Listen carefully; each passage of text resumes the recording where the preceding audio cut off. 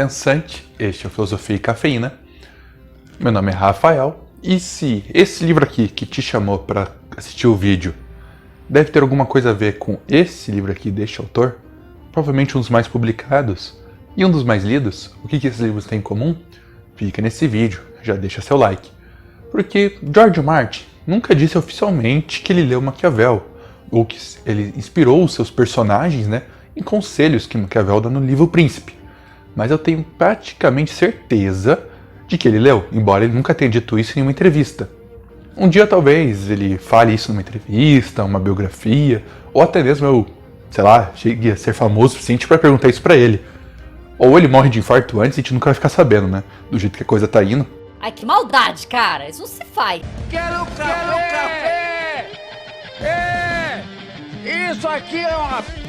Isso aqui é uma aula, ou talvez apenas uma análise de dois livros de gêneros diferentes, um de filosofia e política e outro de literatura, e política também, óbvio. Ou só uma mera análise mesmo, uma conversa, ou vamos dar exemplos. Esse livro aqui ele dá conselhos. Já vou falar um pouco mais do autor em si, entrar na parte da aula. Mas o universo de George Martin, o Game of Thrones, o mundo de Gelo e Fogo, vou dar um exemplo, muito antes do que a gente vai ver na série. Aliás, vai ter alguns leves spoilers durante o vídeo, tá? Ou melhor, leves expectativas durante o vídeo. Por exemplo, uns 300 anos antes da história que a gente conhece do livro, existe um rei chamado Aegon, o Conquistador, um nome muito comum no universo de Gelo e Fogo. Esse Aegon, talvez Martin tenha lido o livro, ou o próprio Príncipe Aegon, por que não? Lá pelo capítulo 3 e 7 do Príncipe, Maquiavel vai dizer que, ao governar estados, lugares, territórios que têm leis e costumes diferentes, você vai acabar com a linhagem, mas vai manter os costumes. Acabe com a linhagem, mas mantenha os costumes. Aegon Targaryen, quando invade Westeros, a partir de Valíria e perto do dragão, ele mantém as leis feudais, ele mantém os códigos de cavalaria. Mas como que ele governa se ele mantém tudo igual? Porque o povo, que Maquiavel também chama de exército, vai dar instável. Mas ele acaba com a linhagem dos antigos lords, os antigos 7 reis, e funda o seu reino. Então, ele fez exatamente o que Maquiavel fala. Então, ele fez exatamente o que Maquiavel aconselha. Ele extinguiu a linhagem, para que a linhagem seja dele, mas manteve os costumes. E ainda morou lá, que é uma dica que está no segundo capítulo, de como o príncipe deve morar lá. Ou seja, é um livro que ensina conquistadores. Aliás, outro conquistador que é muito citado é o Alexandre o Grande. Aliás, o Alexandre o Grande e o Aegon têm muita coisa em comum. Mas isso pode até ficar para outro vídeo, quem sabe um vídeo só sobre Alexandre o Grande, que volta e meia aparece no canal por motivos muito óbvios, Enfim, esses dois conquistadores têm muita coisa em comum com o príncipe. O Alexandre o Grande é muito citado no livro O Príncipe como um exemplo. Antes de ir para outros exemplos, vamos contar por que Maquiavel escreveu Lenço de Medici, que é um livro que serve até para um príncipe Targaryen. Por que ele escreveu esse livro? A Itália em que Nicolau Maquiavel nasceu e cresceu era uma Itália totalmente diferente desta que conhecemos. Como muitos de vocês já devem saber, a Itália, assim como a Alemanha, só encontraram a sua unificação a partir da segunda metade do século XIX. Quando Maquiavel trabalhou na corte dos Médici em Florença, muitos dos países como Portugal, Espanha, Inglaterra e França estavam no seu processo de consolidação da sua unificação. Maquiavel nasceu em maio de 1469 e a Itália em que ele viveu era uma Itália fragmentada em várias cidades e estados. Em 1492, a invasão do rei da França, Carlos VIII, denota a fragilidade dos estados italianos mediante a um inimigo ou um invasor estrangeiro. É nesse cenário que Maquiavel, observando esses ocorridos, vai escrever O Príncipe. Parte aula agora da coisa. Maquiavel, ele rompe com a tradição filosófica. E se você já assistiu um vídeo sobre política clássica aqui no canal, você vai ver que os filósofos gregos, os clássicos, eles tentam trazer como a política deve ser, como a sociedade deve agir de uma maneira melhor. Aristóteles, como que deve ser a política para que todos alcancem a felicidade, o máximo de si. Maquiavel ele vai ser diferente. Em vez de falar as coisas como elas devem ser, ele vai tentar dizer como as coisas são. Por isso que para muitos isso soa pessimista, isso soa fadídico, soa maquiavélico. Maquiavélico é tipo uma ofensa. Mas quem nunca foi chamado de maquiavélico, né? Praticamente todo líder de um grupo de amigos, um mestre de RPG ou professor já foi chamado de maquiavélico. Até normal. É verdade. Quer dizer, às vezes não. Significa o que o Maquiavel quis dizer, fora o que a gente tem no senso comum. Ele quis ser realista. Em vez de falar como deviam ser as coisas para alcançar um bem, dar um caminho, ele quis dizer como as coisas são, como elas são necessárias. Uma coisa que também a gente vai ver mais ao longo do vídeo é que os filósofos trazem a ética e a moral. Se você assistiu o vídeo de ética e moral, são conceitos teóricos, estudos. Ele vai dizer que isso aqui não vai servir para o governante. A moral dele deve ser diferente da moral dos homens. A moral do príncipe e a moral dos homens é diferente, porque ele precisa se manter no poder, ele precisa estar no poder, é necessário. Isso é muito importante para a filosofia de Maquiavel. O que é necessário ser feito. Os fins justificam os meios. Essa frase nunca foi dita. Não está no Príncipe, não está no Tito Livio, não está no livro Arte da Guerra. Mas o Arte da Guerra que eu estou falando é esse aqui, não esse aqui. Claro que esse livro vai aparecer no canal, óbvio. Quer dizer, tem muito livro, se você já reparou, cenário sobre guerra nesse cenário. Então vamos falar muito sobre guerra. As guerras do Peloponeso, as guerras médicas, púnicas, romanas, Alexandre o Grande. Calma que ainda vai ter muita guerra nesse canal. War. It's fantastic. Mas Maquiavel, tal como Hobbes, que vai vir posteriormente, eles são contra a ideia do Estado viver em guerra. Não é bom viver em guerra, óbvio. Então o que é necessário para evitar esse tipo de instabilidade? A Península Italiana estava toda fragmentada, suscetível a invasões, enquanto outros estados estavam se fortalecendo. Maquiavel, Florentino, olha aquilo e fala, e agora? A gente está suscetível, a gente não está fazendo a coisa certa como deve ser feita, como é necessário ser feito. Os outros estão. Então, estou dedicando este livro a um governante que vai fazer o necessário, o que é importante. Um mau governante não é capaz de fazer o necessário.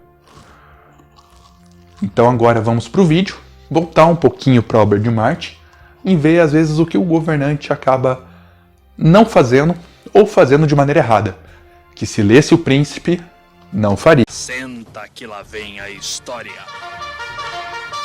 Vamos falar então de duas personagens de Game of Thrones, duas mulheres, a Cersei e a Daenerys.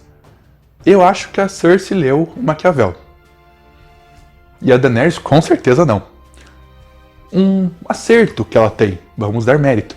Ao chegar em Pentos, que é a Terra dos Imaculados, ela tem uma coisa que Maquiavel chama que é dever de gratidão. Isso está no capítulo 2 e mais nos futuros é retomado. Se você deve algo a alguém, isso pode ser pago e a pessoa não te deve mais.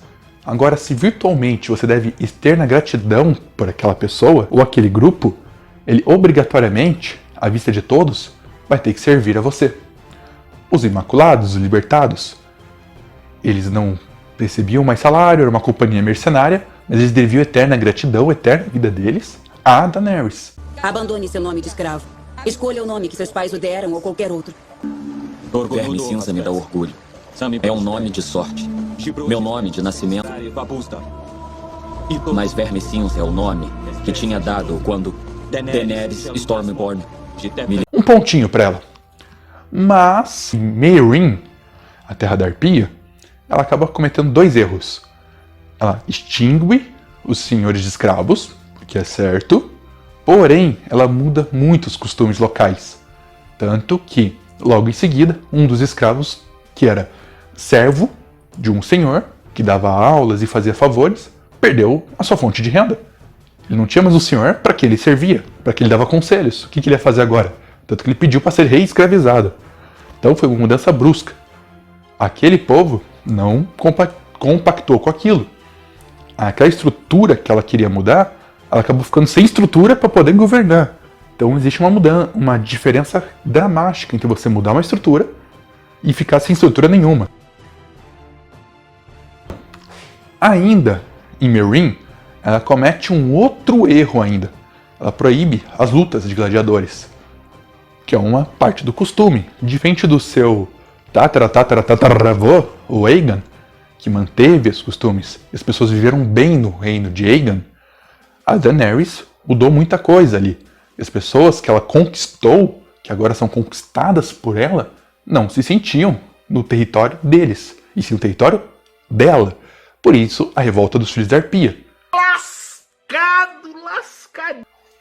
Aliás, ela tem muita fortuna, digo sorte, já vai ver o que significa sorte e fortuna, de ter uma bomba atômica alada, um inferno alado, chamado Drogon. Senão ela tinha se estrepado naquela região. Erros.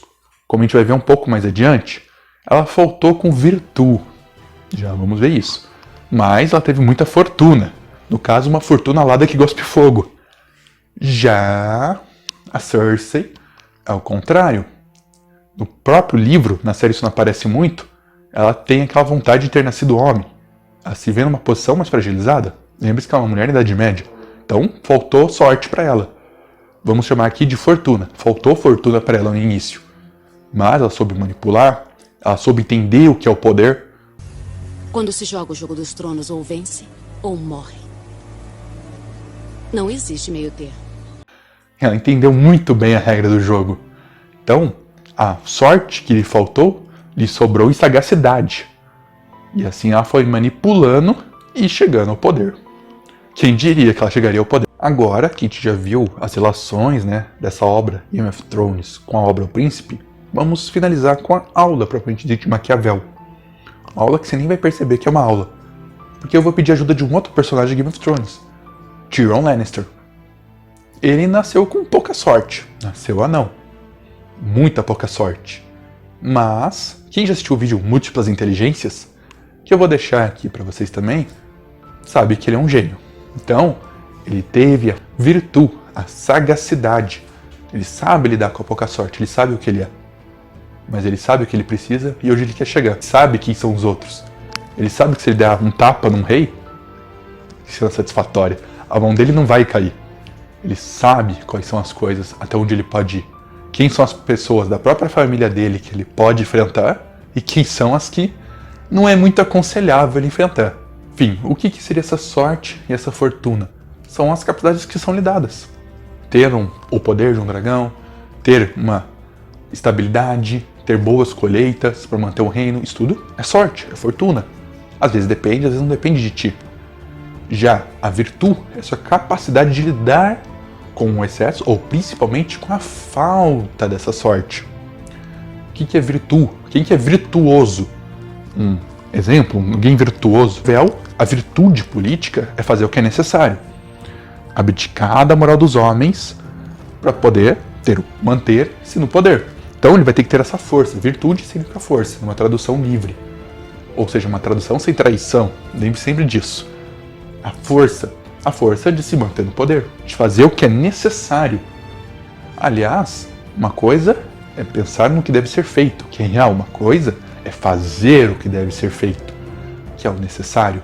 Well, my brother has his sword, and I have my mind, and a mind needs books like a sword needs a whetstone.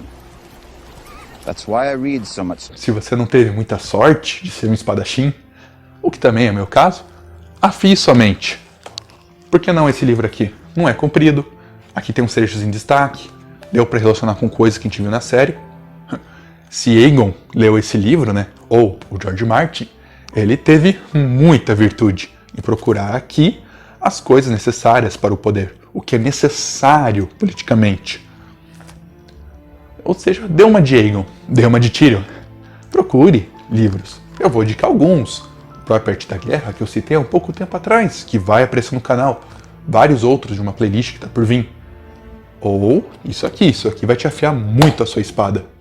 Vai por mim. Vai utilizar. A minha dica é: acompanhe Mundo de Gelo e Fogo, que é maravilhoso, vai aparecer mais no canal. Para mim, é uma das melhores obras de ficção já feitas todos os tempos. E digo isso, alguns personagens são os melhores que eu já vi. Mas também leia Maquiavel, leia O Príncipe. É uma leitura convidativa para você afiar sua espada e pensa só.